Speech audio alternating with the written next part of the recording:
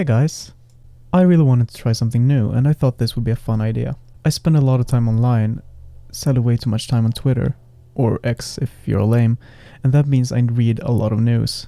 And a lot of that stuff is about games. Reading all this stuff is just a part of my daily routine and I don't really do much with it. That's when it occurred to me that it would be fun to talk about this news and maybe throw my own opinions into it. Now this isn't entirely new to me. I did try it once before 3 years ago. The video didn't do particularly well, but I still thought it was a lot of fun. 3 years later, there are a lot of things I know how to improve on. But one thing I actually kinda like was the name I used for the video, What's Up Gaming. I think it's fitting and kinda fun. It might not stick around, and if any of you guys have better names, I will be taking suggestions. Now no more rambling, let's get into the video. Jeff Keighley held a Q&A about Summer Game Fest where he answered a lot of questions. We now know about some games that won't be at the show at all, like Kingdom Hearts 4 and The Wolf Among Us 2 for example. The Wolf Among Us 2 continues to be cursed, I guess. Hoping we'll get the game someday, and I'm hoping that it's good, because the first one fucking slapped. In this Q&A, Jeff was very open and honest and lowered expectations. First of all, he mentioned that most games will not be new reveals, but instead updates on existing games. He also said that he thinks the summer will be a bit quieter in terms of crazy new announcements, and mentioned that when it comes to big announcements, they're usually more for the Game Awards. I enjoy this tweet, and I do agree with it. When the industry is in shambles like this, it's not strange at all that there aren't many games to reveal. But at this event, you should expect games coming out later this year and not games coming out in 2026 or 2027, says Keighley. So with all this in mind, you should all lower the expectations you have. We know of some games that will be there, like Metaphor, Monster Hunter Wilds, and what's next for Palworld.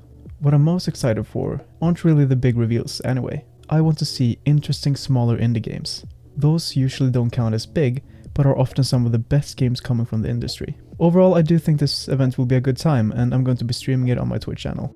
Moving on from that stuff, I want to talk about a rumored Xbox Portable. Now I can't lie. All I have to go off is this Reddit post, since the actual source isn't in English. I'll just have to trust that SkyOld5788 is translating correctly.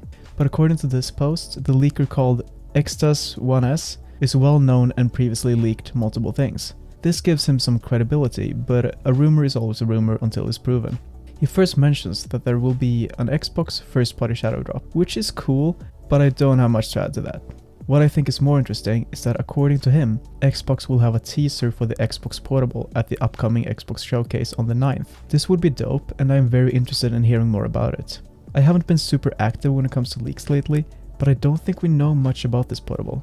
I just hope it's not like the PlayStation Portal, which is incredibly limited in what it can do. I'm interested, and luckily it won't be long until we find out more. Sticking with Xbox, I want to focus on two new partnerships they have. The first one is 100 Star, a studio created by two co-founders of Rocksteady. This report is coming from Exputer and is written by Extas1s. What a coincidence to see his name here as well. I had no idea this scoop came from him. The game will be a new single-player action-adventure game, which is music to my ears. Action-adventure is probably my favorite genre when it comes to games, and Rocksteady was once fantastic, so I do have hope for this. The studio's website mentions that they have 100 people, which is on the smaller size for a AAA studio. Since we're hearing about this now, it's likely many years away, but I'm looking forward to it. The other partnership is between Xbox and Toys for Bob. This is official from Toys for Bob themselves. But I find this surprising. I don't know why, but I had no idea that Toys for Bob had gone independent from Activision and Microsoft. But good for them. Toys for Bob are the developers behind the Crash Bandicoot Insane trilogy and Spyro Reignited trilogy. They also developed Crash Bandicoot 4. So a safe assumption would be that they're working with Microsoft to develop a new Crash game, since Xbox owns the IP at this point. But how cool would it be if they were actually developing a new Banjo-Kazooie game? That's just a theory from me though. This game is very early in development, so we'll just have to wait and see. Enough Xbox news, let's go to PlayStation. We had a state of play a few days ago, and although I found it to be very underwhelming, there was some stuff fun. There was some fun stuff. Astrobot looks sick, which isn't surprising at all. I just hope people actually give it a chance and buy the game. What I want to focus on though, is the announcement of God of War Ragnarök on PC. The game is fantastic and I love it. I even have the collector's edition, so this news should just be filled with joy. But there is something that has left a sour taste in people's mouths. And that is a recurring problem for PlayStation games on PC. is the PlayStation Network requirement. This has been a big issue for both Helldivers 2 and Ghost of Tsushima. The requirement of PlayStation Network is ridiculous and means people from a lot of countries can't buy the games at all. I can kind of understand the requirement for Helldivers 2 and Ghost of Tsushima, since they both have multiplayer components. But there is no world where I understand when it comes to God of War Ragnarok. That game is entirely single player. This is just annoying and I hope they change it before release, but I doubt it. Neil Druckmann is a name that has been in the gaming news a lot lately for many different reasons, but this time it's from the LA Times. In this interview, Neil said, "I promise you, we will not be the Last of Us studio forever."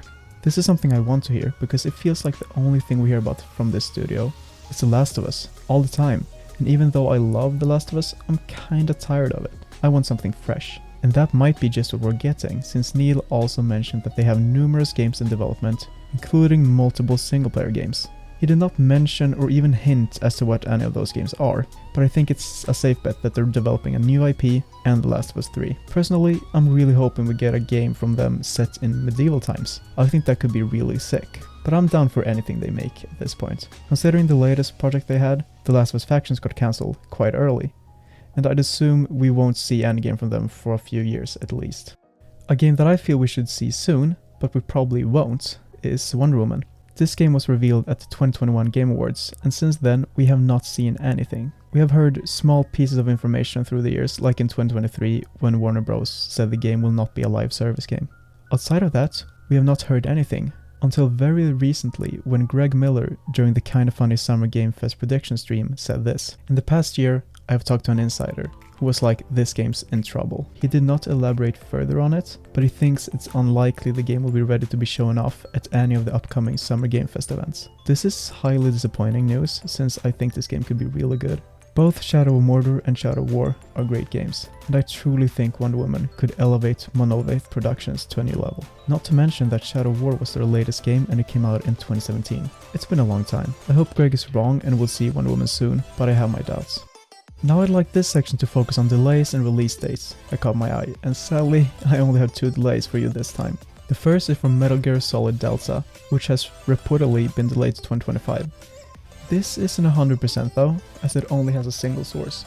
We'll probably find out soon. The second delay is for Little Nightmares 3, and this is a little more official than the other one. And by a little, I mean a lot more official, considering it comes from the official Twitter account. The game has been delayed to 2025 with no specific date. Take all the time you need and I'll be there day one for sure. Well, that's the whole video.